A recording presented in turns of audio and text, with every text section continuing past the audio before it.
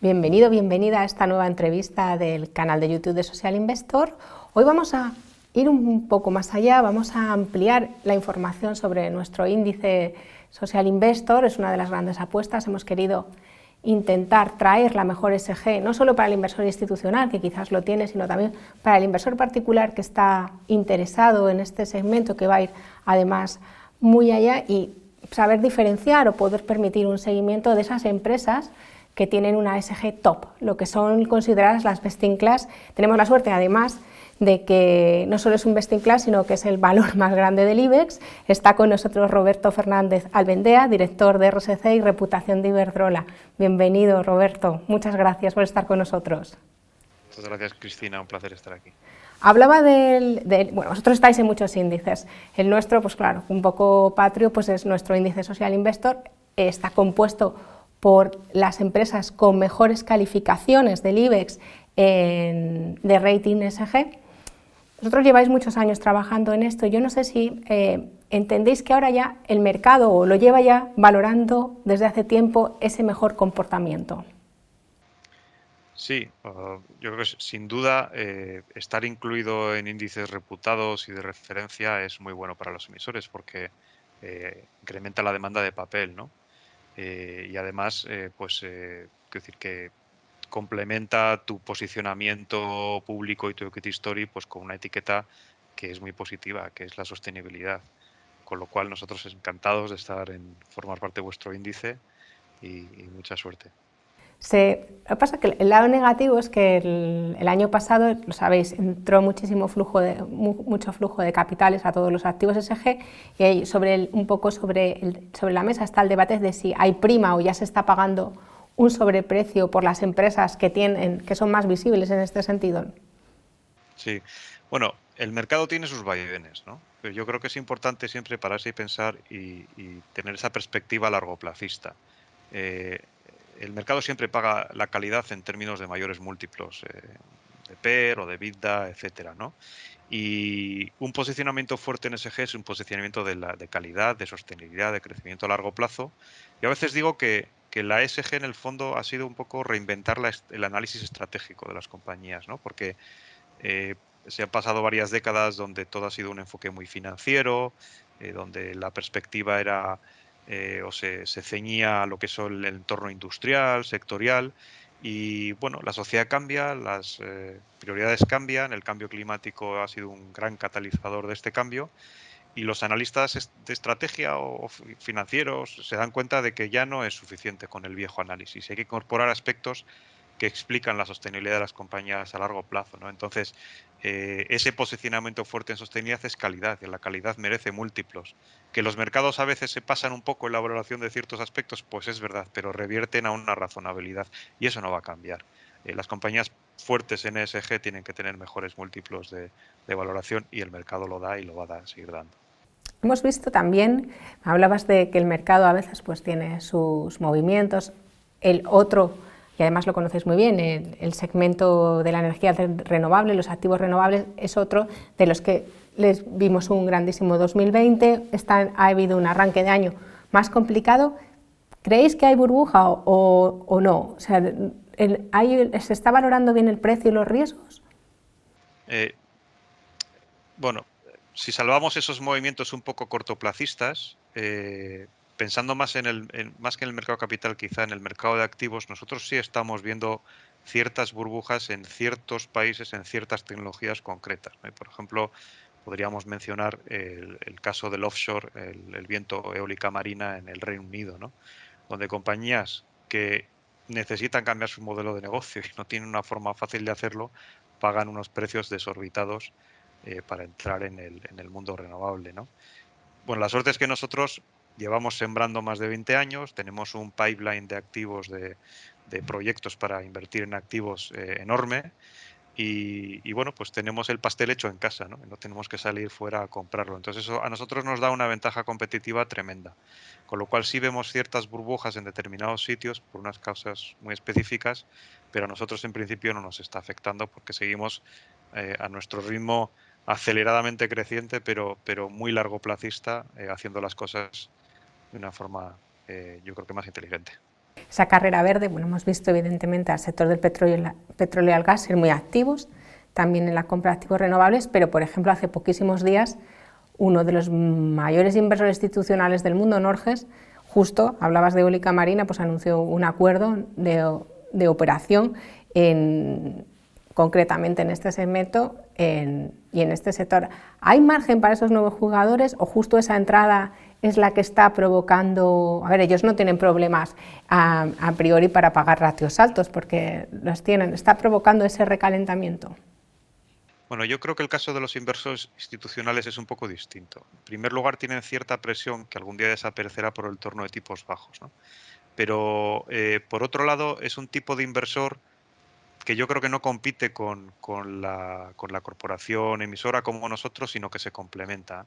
Y bueno, podemos recordar los programas de rotación de activos que nosotros mismos hemos hecho en ciertos parques eólicos marinos para, una vez construido el parque y en operación, dar entrada a un socio minoritario, que en el fondo lo que te permite es refrescar ese capital y volver a invertirlo en otro activo sucesivamente, con lo cual aceleras tu desarrollo, ¿no? Los inversores institucionales no, no están preparados para tolerar un riesgo de operación o de construcción, con lo cual existe esa complementariedad, ¿no? Nosotros somos capaces de desarrollar un pipeline rentable, de construirlo de una forma óptima, de operarlo de una forma eficiente, y una vez que eso está demostrado, que es donde hay mucho valor y donde nosotros retenemos ese valor, el institucional puede entrar. Lo vemos de una forma muy complementaria. Y irá más, porque tenemos delante todo el plan de reconstrucción europeo, proceso de descarbonización, la reconstrucción es una reconstrucción verde. ¿Cuáles son vuestros planes? Y luego en esos planes también, por ejemplo, entraría, digamos, esos modelos de asociación que ya estamos viendo que estáis, por ejemplo, teniendo en algunos casos para ese crecimiento. Bueno, la verdad es que independientemente de cómo se financie en la parte del equity, la afluencia de fondos públicos desde el programa, desde la Unión Europea, desde el programa Next Generation, puede cambiar la economía europea, ¿no? Y eso es lo que es importante y es lo que nosotros estamos intentando explicar.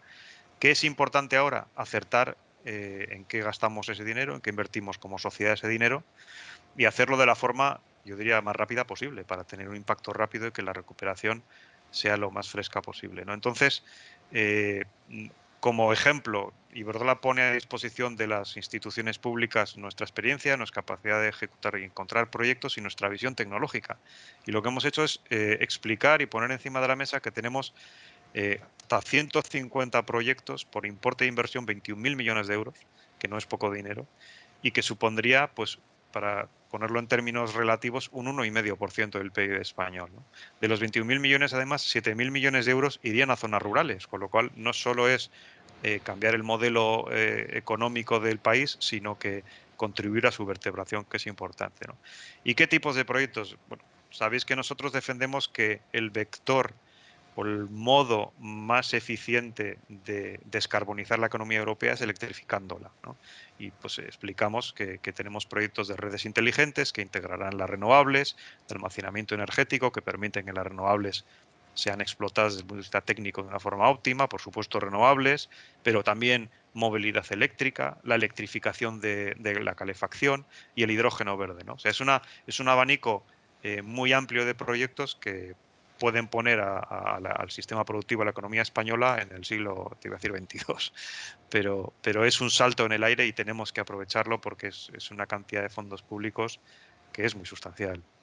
Habla del hidrógeno verde, que es una gran apuesta suya y además es una gran apuesta también a nivel global, porque son muchísimos los países que están incorporando, haciendo proyectos, presentando proyectos de esta materia. ¿Estamos subestimando su capacidad o todavía no o no, nos estamos quedando cortos? Yo creo que con el hidrógeno hay muchísima confusión y voy a intentar explicar con humildad un poco cómo lo veo yo, ¿no? Adelante.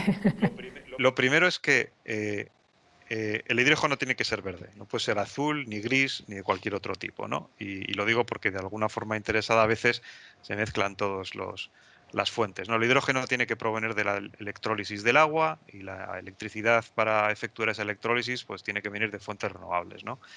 En segundo lugar, el hidrógeno tiene un sentido total en ciertos nichos industriales y de transporte pesadísimo, digamos, ¿no? Y, por ejemplo, pienso en procesos industriales de altísima temperatura o transporte marítimo, incluso a medio plazo, pues el transporte aéreo, ¿no? Lo que no puede ser el hidrógeno, ya hay una oportunidad gigantesca. Hay muchísimo margen para invertir. Primero, para sustituir el uso actual del hidrógeno, que por ejemplo, fertilizantes, otro tipo de productos químicos, y segundo, para expandirlo a esos nichos de mercado que hoy están utilizando combustibles fósiles, ¿no? Pero dicho eso, lo que no tendría sentido es utilizar el hidrógeno en partes del sistema productivo donde la electricidad es óptima, ¿no? Y estoy pensando en la movilidad eléctrica y estoy pensando, por ejemplo, en la calefacción o el aire acondicionado, ¿no? Donde la bomba de calor es una alternativa mucho mejor que el hidrógeno, ¿no? Entonces, nosotros como Iberdrola tenemos una apuesta por el hidrógeno clarísima, sí, no hay duda. Creemos que es un gran vector de crecimiento para el grupo y también para la parte eléctrica del grupo que serviría para dar la energía para hacer hidrógeno verde, ¿no? Pero con sentido común, dedicándolo en las industrias, los nichos, donde tiene que ser dedicado y no en otro lado. Apunta que la base de la transición tiene que estar en la electrificación. No todas las empresas del IBEX piensan lo mismo. Se me ocurre hace poco algún comentario, por ejemplo, de Repsol. El Congreso acaba de validar la Ley de Cambio Climático. Nos queda la última parte de la tramitación. No sé cómo valoran la nueva normativa. Pues la verdad de una forma muy positiva, porque creemos que el texto que conocemos de la ley, es totalmente consistente con nuestra visión, ¿no? Primero apuesta por unos objetivos ambiciosos, reducción del 23% del CO2, 42% renovables como porcentaje de la energía primaria, de la demanda final, perdón, y 39% de eficiencia. Y además apuesta por la movilidad eléctrica, por la electrificación, de la calefacción, etcétera, etcétera, ¿no? Entonces creemos que es una buena ley. Es muy importante que haya alineado sus objetivos con el Plan Nacional Integrado en Energía y Clima pues nosotros a apoyar y a invertir para darle cumplimiento. No es la única norma que está surgiendo. Otro lugar muy importante, además, donde está habiendo muchísimo impulso ahora mismo, que se quiere trabajar en un plan muy importante, todavía no lo conocemos a fondo, es Estados Unidos. La llegada de Biden pues, ha supuesto también esa expectativa de un plan de inversiones fortísimo en tema de renovables. ¿Cómo van ustedes a trabajar en Estados Unidos? ¿Van a pujar en todos los proyectos que pueda haber? ¿Esperan ser un actor importante? Sí, por supuesto. Para poner un dato de referencia, nosotros antes de que fuera elegido el presidente Biden, ya preveíamos que el 34% de las inversiones del grupo Iberdrola iban a tener lugar en Estados Unidos, a modo de referencia, ¿no? De los 70 gigavatios de pipeline de renovables que tenemos, aproximadamente 23 están en Estados Unidos. Y además, en Estados Unidos, no olvidemos, 2/3 del negocio es redes. Y el país tiene unas necesidades de inversión en redes tremendas, tanto por renovación de la red de infraestructura, que es relativamente anticuada, como por ampliación para integración de renovables. Entonces, sí, la respuesta es Estados Unidos es un vector clarísimo para nosotros. Ya sin el presidente Biden suponía una oportunidad enorme y creemos que si desde el gobierno federal se impulsan objetivos medioambientales que habían sido paralizados en la presidencia anterior. Es verdad que nunca paró el país porque un número importantísimo de estados de la Unión han seguido promoviendo objetivos medioambientales, pues Massachusetts, California, Maine, etcétera. Los estados más avanzados, más económicamente desarrollados de la Unión, han estado apoyando esta agenda, ¿no? Pero tener al gobierno federal detrás empujando, pues va a ser un cambio, ¿no? Y tenemos una plataforma muy establecida para poder aprovecharnos de esta oportunidad y continuar invirtiendo y creciendo y acelerar nuestro crecimiento. Nos hemos dado un viaje al otro lado del Atlántico, pero si volvemos un poco a Europa, aparte de todo el plan de Next Generation y de inversiones, estamos siendo innovadores en todo el tema de la taxonomía, de la definición de actividades. Estamos pendientes justo de que salga la definición de qué actividades son sostenibles o no son sostenibles en la Unión. ¿Qué puede suponer esto para el sector energético? Y luego, no sé usted cómo se posiciona en el debate del gas sí, el gas no, la nuclear sí o la nuclear no, que estábamos que en los últimos meses, no hemos, desde el verano, yo creo que en tema europeo no hemos dejado de oírlo ningún día. Sí, es cierto. Bueno, en Iberdrola tuvimos la suerte de participar en el TEC, que fue el grupo de expertos que convocó la comisión para escribir el acto delegado perdón, el reglamento de taxonomía. Y luego hemos tenido la suerte también de ser seleccionados para estar en la plataforma de financiación sostenible, que es el grupo de trabajo heredero del TEC, ¿no?, que asesora a la comisión para la redacción de los actos delegados que desarrollan el reglamento. Y bueno, para otra serie de cosas importantes no me voy a extender, ¿no? Pero tenemos esa suerte de estar presente en ese momento regulatorio, en ese proceso regulatorio que nos da visibilidad y que nos permite contribuir desde nuestros puntos de vista, que creo que son los sostenibles, ¿no? Lo hemos venido demostrando. Entonces, ¿qué es la taxonomía? La taxonomía es un sistema de clasificación. Y es un sistema que, por lo tanto, al clasificar y definir, lo que va a aportar es claridad. Y vamos a llegar a la definición europea, habrá otras, pero vamos a llegar a la definición europea de lo que es una actividad económicamente sostenible, entendida como aquella que contribuye sustancialmente a los objetivos medioambientales de la Unión. ¿Qué es lo que ha ocurrido en el camino? Pues que ha habido mucha confusión. La primera confusión ha sido que parece que lo que esté fuera de la taxonomía es malo. En principio no, porque la taxonomía define actividades que contribuyen sustancialmente, pero si tú eres neutral, no estarás en la taxonomía, no significa que seas negativo, ¿no?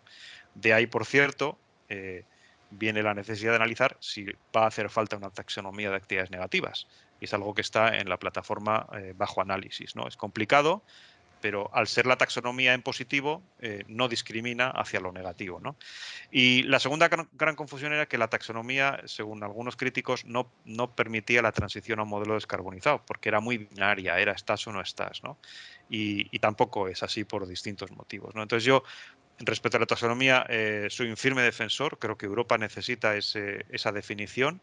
Creo que es importante que la definición está basada en la ciencia y soportado por un grupo por un grupo de stakeholders amplio y diversificado, y que son propuestas razonables. ¿El gas, la nuclear? Bueno, yo te diría que con el gas yo me adhiero a lo que propuso el TEC, el grupo de expertos técnicos, y era un límite universal de 100 gramos por kilovatio hora. Yo creo que la ciencia está ahí, yo creo que lo que está por debajo de 100 gramos kilovatio hora es sostenible.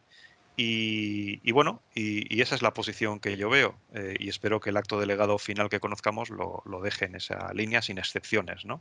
Sin ninguna excepción. Y luego, por otro lado, respecto a la nuclear, bueno, yo creo que la nuclear, fíjate, por quitarle una carga de dramatismo, ¿no? La nuclear, por lo menos en España, es una tecnología que está en fase de salida. En la década de los 20 empezaremos a desmantelar los activos al ritmo adecuado para nunca poner en riesgo la seguridad de suministro, que es importante. La nuclear da un servicio y hay que esperar a la entrada de mayor porcentaje renovable y otras tecnologías para sustituirla, ¿no? Pero está en fase de salida. Entonces, por un lado, desdramatizando qué dificultad tiene en considerarla fuera de la taxonomía, cuando la taxonomía lo que persigue es atraer inversiones a una tecnología que no necesita inversiones para crecer, porque está de salida, ¿no? Pero por otro lado, pues también digo, bueno, pues el informe de JRC, sobre el cual la comisión deberá apoyar su criterio, pues tiene mucho sentido, ¿no? Y JRC lo que dice es que no se ha podido encontrar evidencia científica de que desde el punto de vista de lo que dicen el do no harm, la nuclear sea un problema para estar alineado con la taxonomía, ¿no? Entonces, ahí no puedo definirme claramente, veo las dos posiciones, pero le quiero quitar dramatismo. Lo que sí que decía hace unos días, participó en unas jornadas en SpainShift, es que la taxonomía pues, tendría un periodo de transición y que permitiría un CAPEX verde. ¿A qué se refería exactamente? ¿En qué consistirá? A ver, hay dos aspectos que están siendo mal entendidos, ¿no? La taxonomía clasifica actividades. Entonces, intenta definir si una actividad desarrollada en un determinado país cumple un criterio o no lo cumple, y por tanto contribuye sustancialmente o no contribuye, y por lo tanto está alineado o no con la taxonomía. ¿De acuerdo? Pero independientemente de que una actividad en su globalidad cumpla el criterio y esté alineado, una determinada inversión puede cumplir un alineamiento con la taxonomía. Quiero decir, Imaginemos pues una empresa eléctrica que no fuera Iberdrola, que tuviera un gas, un peso del gas brutal y de carbón, y empieza a hacer inversiones en activos renovables, ¿no? Bueno, la inversión en el activo renovable o la actividad de producir con renovable entra dentro de la taxonomía, pero el resto de su actividad de generación no. Entonces, es posible considerar el CAPEX, las inversiones de capital, como alineadas, mientras el resto de la actividad no está alineada, ¿no? Entonces, eso permite transicionar. Claro que permite transicionar porque permite ir dedicando inversiones paulatinamente a, a aspectos que sí están alineados con la taxonomía, ¿no? Y por otro lado, la comisión pidió a la plataforma un papel para intentar encontrar formas flexibles de financiar transición. Y una de las cosas que está encima de la mesa, aunque no está definida del todo, es que en ciertos casos, si una actividad todavía no cumple los requisitos, pero en un plan cerrado a 3 5 años y con unas inversiones determinadas demuestra que puede alcanzar esos requisitos, no solo el CAPEX, sino incluso la actividad a fecha de hoy podría considerarse como en transición y por tanto alineada, ¿no? Es un tema que está pendiente de desarrollar, es una idea interesante, pero tiene que estar muy bien hecha para evitar el riesgo de greenwash. Por lo que le escucho, independientemente de que el mundo se está moviendo en muchos aspectos que tienen que ver todo con el medio ambiente, pero a nivel regulatorio estamos en un momento muy álgido. No sé si es demasiado la regulación o cree que al final el esfuerzo que se está haciendo ahora es lo que tenemos que hacer para que los próximos años podamos avanzar todo el proceso de descarbonización y también con unas normas de juego claras para todo el mundo. Bueno, la regulación de taxonomía es curioso, para los emisores, para las compañías no es mandatoria. O sea, realmente es una regulación que por lo que apuesta es por transparencia. Obliga a los gestores de fondos de inversión, de ahorro, a los planes de pensiones, a los bancos, a hacer una publicación de cómo está estructurado su cartera de inversión respecto de sostenible, no sostenible, verde, no verde, y obliga a las compañías a proveer la información suficiente para que esa clasificación, esa contabilidad de lo sostenible pueda realizarse. Pero no obliga a nadie a invertir en una determinada tecnología ni a cambiar su modelo productivo. O sea, se entiende que es una forma indirecta de promover un cambio en el modelo, ¿no? Entonces, sin ser mandatoria, es una regulación que es nueva y que impone ciertas obligaciones, sobre todo de reporting. ¿Va a ser más costoso? Claro. Nos va a inducir costes, nos va a obligar a hacer aspectos, tareas, informes que no hacíamos antes, pero creo que es por un bien común y un bien último, ¿no? Que es asegurar de que existe la información en el mercado para que el mercado pueda tomar sus decisiones de inversión y de esta forma inducir un cambio en el modelo. Sobre la información para tomar decisiones de inversión, otro de lo que se está ahora modificando normativa europea es la Directiva de Información No Financiera, que está así que como emisor y por tamaño les influye. ¿Era necesario? Sí, absolutamente, absolutamente. Y te explico.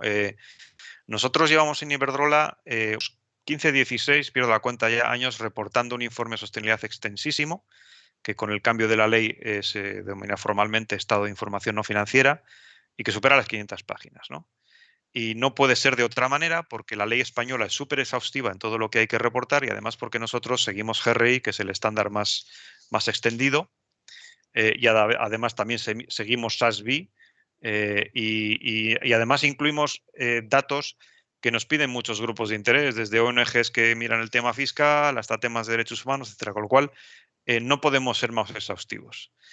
Y estamos encantados de que la regulación obligue a otras empresas a ser igual de exhaustivos, porque creemos que es bueno que la información esté disponible y que se pueda comparar, ¿no? A las compañías españolas yo creo que esta directiva nos va a afectar algo menos porque ya la ley del 2018 aumentó el grado de detalle de los contenidos que tenemos que reportar. Y además esa misma ley española impone la obligación de verificar el estado de información no financiera, de auditarlo en definitiva, ¿no? Que son elementos que no están en la directiva europea y que probablemente con esta nueva directiva vengan, ¿no? Entonces yo digo, bueno, desde el punto de vista de Iberdrola y de España, encantados de que la directiva europea se aproxime más a la ley española, que tampoco es perfecta, pero es mejor que la directiva, y encantados de que las obligaciones de reporting se extiendan y de que otras compañías tengan que compararse con nosotros. en esas obligaciones de reporting, justo fuera de las que no son obligatorias, en este caso la Directiva de Información Financiera lo es para las cotizadas, ha hecho usted referencia a los modelos, al modelo de GRI, al modelo de SASB, que son varios valores del IBEX, las que ya incorporan las dos, pero se está buscando también. Habla de un documento de 500 páginas.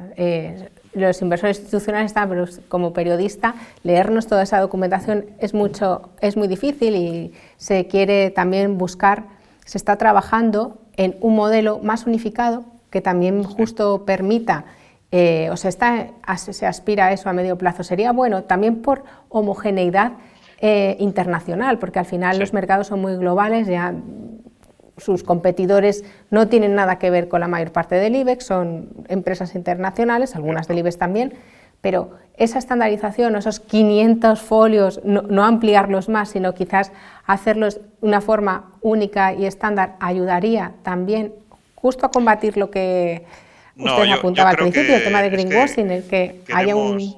Sí, es que a veces queremos la ventaja sin el inconveniente. Y esto no es posible, ¿no? Nosotros, además de esta información no financiera, que son 500 páginas y que no está en principio pensado para leérselo desde la primera hasta la 500, tenemos un producto mucho más explicativo que es el informe integrado, donde hacemos esa destilación de la estrategia, de lo importante, de los ratios más importantes y donde concentramos todo el saber. Yo siempre digo que si alguien viene de fuera y quiere conocer a Iberdrola, que se lea el informe integrado, ¿no? Es un gran producto. Y el estado de información no financiera es otro gran producto, pero yo siempre lo comparo con el vademecum de farmacia. Nadie se lee un vademecum de farmacia de la primera a la última página, y es paracetamol, pum, y te vas a la ficha del paracetamol y te lo lees. Entonces, los estados de información no financiera o los informes de sostenibilidad, yo creo que van a acabar siendo eso, van a ser soportes estadísticos súper densos y súper detallados, donde el que esté interesado en un aspecto concreto va y mira ese aspecto concreto, ¿no? Si nos leemos, yo tuve que hacerlo, el informe de recomendaciones de la CNMV a los emisores del año pasado en su revisión, ¿no? En su trabajo de revisión de informes, pues la CNMV lo que hace es pedir y pedir y pedir explicaciones sobre todas las variaciones, sobre la comparación de variaciones con el estándar, sobre la comparación contra el año anterior, sobre la comparación contra tu objetivo, y eso, para la cantidad ingente de aspectos no financieros, pues no es posible hacerlo en 100 páginas. Y luego está el debate de la materialidad, etcétera, pero ¿sabes lo que ocurre? Que para compañías como nosotros, muy bajo el escrutinio, de un tamaño mundial, todo es material. Entonces es muy difícil de discriminar, ¿no? Con lo cual, el esfuerzo de homogeneidad yo creo que debe hacerse desde lo pragmático y un poco con sentido común, y yo creo que será importante que se defina un estándar donde los 20, 25, 30 ratios más primordiales se estandaricen en cuanto a su forma de cálculo y se pongan a disposición de una forma homogénea en bases de datos públicos, privadas, me da igual, ¿no? Pero podremos llegar a 20, 25, no sé, 50 indicadores, pero que van a ser el aspecto más puramente cuantitativo y analítico del informe. Pero luego todas las explicaciones, todas las justificaciones, las descripciones de las políticas, de tus retos, de tus riesgos, eso es imposible de homogeneizar. O sea, ahí lo siento mucho, pero los analistas tienen que hacer un trabajo que yo creo que es muy bueno que haya trabajo, ¿no? Que no las máquinas lo hagan todo. Y para la homogeneización nos queda unos años todavía, ¿no? Sí, sí, sí. Yo creo que es un tema de una década, en serio, ¿eh? Hablando en serio, yo creo que es un tema que va a ir una década, pero que hay una fuente de trabajo y de interés bueno, y un hueco para aportar cosas nuevas y un poquito de creatividad. Hablaba de esa necesidad también de plantear la información que difunden, teniendo en cuenta quién la va a leer, y hablaba de ONGs y estamos en el tema, por ejemplo, de descarbonización, están cada vez, y además tienen ya importancia, pero cada vez van a más, porque estamos viendo también a muchas gestoras aliarse en todos los temas de net cero. Ustedes, por ejemplo, llevan ya muchos años en la lista de Climate Action 100, como una empresa importante para el proceso de descarbonización, para la lucha contra el cambio climático.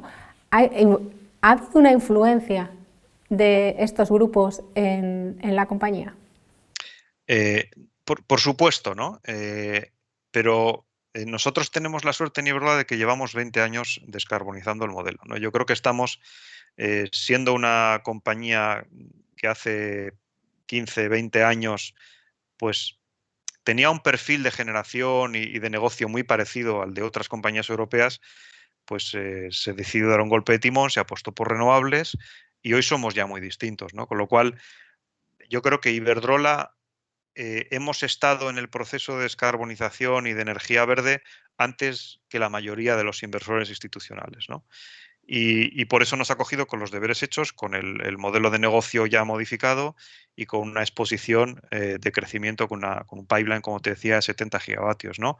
Dicho eso, claro que nos influyen porque el mercado nunca se para, ¿no? Todos los aspectos de gobernanza climática se están reforzando, los requisitos de información, como hemos hablado de información no financiera, pues son cada vez más intensos. El inversor institucional quiere estar cada vez más cerca de la compañía y del consejo, y sus opiniones, pues por supuesto, nos influyen y nos hacen mejorar y les escuchamos. Y bueno, y por verdad, empezamos también, fuimos pioneros hace, yo te diría, unos 15 años en empezar lo que era el engagement de gobierno corporativo, donde éramos de las pocas compañías que hacía roadshows de gobierno corporativo previo a la Junta para sentarnos, pues no con el analista financiero que vemos recurrentemente, sino con aquella persona que está interesada por esa visión de largo plazo de gobernanza, de estrategia, del consejo, etcétera, que es distinta del analista que está en los trimestrales, que cada vez se está integrando más, pero que era muy distinta, ¿no? Entonces, nosotros siempre hemos estado muy cerca del mercado y es uno de nuestros grupos de interés más importantes, por supuesto. Pues ahora con la reforma de la Ley de Sociedades de Capital, como se tengan que sentar cuando sepan todos y cada uno de sus, de sus accionistas, todavía la Nosotros labor nos del sentamos engagement. con todo el que nos lo pide y cada año intentamos sentarnos con más gente, cubrimos una parte muy amplia del capital, pero querríamos estar con más. Estamos súper abiertos. Ustedes ya lo tienen, pero quizás este año, porque ha resonado mucho la carta de Larry Fink, ¿no? Del CEO de BlackRock, instando a la lucha contra el cambio climático, y también habla de gobierno corporativo, pero uno de los síntomas que te marcan que realmente la sostenibilidad está dentro de la estructura ejecutiva es que los salarios de los ejecutivos estén linkados a la sostenibilidad. Ustedes ya lo tienen. No sé si irá más y luego si esperan que sea algo que vayan incorporando muchas cotizadas que todavía no lo tienen. Sí, seguro. Nosotros lo tenemos y creo que ya tiene el peso que necesita tener tanto en el bono estratégico, en la remuneración a largo plazo, como en la remuneración variable anual del equipo directivo, ¿no? Y estamos satisfechos y además creo que te da la fortaleza de explicar que tu estrategia es una y que el performance de los directivos se mide de acuerdo a conseguir que esa estrategia se ponga en marcha. Y parte de la estrategia es el cambio, la lucha contra el cambio climático y descarbonización. ¿Cómo no van a estar métricas de ese tipo en la remuneración, ¿no? El resto de compañías pues tendrá que seguirnos porque especialmente aquellas en las que el modelo de negocio cambia, pues se tratará una cuestión incluso de supervivencia, ¿no? Pero sí, es una tendencia que deberá seguir. ¿Y su calendario de emisiones, cómo está? ¿El net 0,50 ustedes van muy Sí. por delante? Bueno, ¿Cómo lo están nosotros marcando? como ambición genérica fuimos de los primeros en decir en 2050 neutrales y pues otras compañías se están subiendo a ese barco, ¿no? Y eso permanece ahí. Pero lo importante es entender que no te vale con ser neutral en el 2049. Me explico, hay compañías que están jugando a hacer una declaración de neutralidad muy a final del plazo del 2050 y sin embargo ves que a corto plazo pues no están ofreciendo resultados. Nosotros hoy tenemos un 70% menos de emisiones que en 2007. Hoy tenemos casi un 70% menos de emisiones que la media europea. Y hoy tenemos 98 gramos, el año pasado, el año 20, un poquito ayudado por el año hidráulico, pero andamos en torno a los 100, el año pasado 98 gramos por kilovatio hora. 98 gramos cuando la media europea estará por encima de 300 y es simbólico, pero lo pongo en relación a los 100 gramos kilovatio hora que el TEC y la plataforma consideran que es el nivel a fecha de hoy aceptable, sostenible para producir energía eléctrica, ¿no? O sea que hoy somos una empresa que ha hecho esa transición en gran medida, en grandísima medida. Y por lo tanto, hoy ya estamos contribuyendo a la descarbonización. Otras empresas competidoras nuestras pues, están prometiendo que van a reducir un 50% sus emisiones, pero hoy emiten 3 veces más que Iberdrola por cada kilovatio hora, ¿no? Eso es muy importante. Aparte de la deuda verde, que es una larguísima ya trayectoria emisora, vemos, ¿no?, otro tipo de emisiones, la deuda social, y luego otra que se ha arrancado el año con fuerza, que es la deuda ligada a objetivos de sostenibilidad. No sé si también se plantean la posibilidad de probar en este tipo de emisiones? Sí, bueno, empecemos por la S de social, ¿no? Yo creo que los bonos sociales son unos bonos interesantísimos y que tienen su hueco de mercado, pero es probable que encajen más en otro tipo de instituciones por los importes, ¿no? Los veo como bonos muy orientados a financiar desde acceso a vivienda, educación, políticas activas de empleo, incluso sanidad, ¿no? Entonces, lo veo más en otros sectores de actividad o desde instituciones públicas que financian planes públicos, ¿no? Aunque dicho eso, creo que no hay nada más social que lo medioambiental, ¿no? Porque lo medioambiental toca la industria, toca la salud y toca la descarbonización y el cambio climático. Pero bueno, siendo estrictos con la terminología, lo social es muy importante, es más incipiente, lo veo más en otros sectores. Bonos linkados a objetivos corporativos, nosotros los vemos bien, pero hasta la fecha hemos mostrado preferencia por bonos que financian activos concretos, ¿no? Estamos abiertos. Nos parece positivo, nos parece interesante, pero también nos parece que tiene más riesgo de greenwashing que un sistema basado en uso de activos, ¿no? Porque cuando tú emites un bono verde y dices voy a financiar estos 6 parques eólicos, el importe equivalente que tú emites financia esos 6 parques eólicos, no hay double counting y sabes que el dinero de alguna forma ha acabado ahí invertido, ¿no? Cuando haces un bono corporativo, pues yo le he oído decir a alguien, hago un bono corporativo vinculado a descarbonización y luego lo dedico a M&A. Pues es más debatible, no digo que sea inapropiado, pero es más debatible, ¿no? Nosotros, por ejemplo, el último híbrido lo hicimos verde, pero el último híbrido en el año 21 lo hicimos verde, pero el anteúltimo en el año 20 no lo hicimos verde. Y fue porque, haciendo una reflexión interna, dijimos, esto está relacionado con la integración de PNM, la compañía americana que estamos en fase de adquirir, ¿no? Bueno, pues vamos a dejar el concepto verde más robusto y más limpio y no vamos a mezclar peras con manzanas. Pero sí, entendemos el concepto y forma parte de las ideas. De hecho, en bono no lo hemos hecho, pero sí lo hemos hecho en líneas de crédito, ¿no? Y bueno, pues es una opción más. Me ha planteado la doble vía, ¿no? Pues, hacer un híbrido verde y un híbrido no verde. ¿Qué ventajas en primario tiene, o sea, en coste de financiación, utilizar uno o el otro? ¿Es real? ¿Existe una ventaja ahora mismo para los emisores que hacen deuda verde? Sí, las ventajas son reales y además son crecientes, ¿no? Nosotros empezamos en el año 14 y prácticamente era una contribución desde la esperanza de que algún día el mercado evolucionara, ¿no? Y una contribución a los creyentes en esto para abrir el mercado, ¿no? 6 años después eh, hay realidades. La primera realidad es que un libro, ¿no? O sea, los inversores que acuden a una emisión nuestra, un libro es mucho más robusto cuando el formato es verde, es mucho más diversificado. Vemos inversores que no veríamos si no fuera un producto verde y nos permite diversificar en esa base y hacer una alocación más razonable, ¿no? Nosotros creemos que eso solo eso ya justificaría, ¿no? Pero además lo que estamos viendo es crecientemente una diferencia en el coste de capital, que puede ser grande o pequeña en función de cómo uno vea las cosas, ¿no? En un torno de tipos de interés cero, pues cualquier diferencia pues es apreciada, ¿no? ¿Y cuánta es esa diferencia? Pues bueno, hay que acudir a analistas, hay que ver lo que pasa en las emisiones, es variable. Yo diría que en función de la calidad del producto y en función de la calidad del emisor, puede haber desde 2 puntos básicos hasta 10 puntos básicos. Y bueno, pues bienvenidos, ¿no? Yo creo que es una buena noticia y es un hecho que diferencia el producto. Roberto, pues muchísimas gracias. Espero poder ver pronto alguna nueva emisión y esa mejora en precio. Muchísimas gracias por estar con nosotros.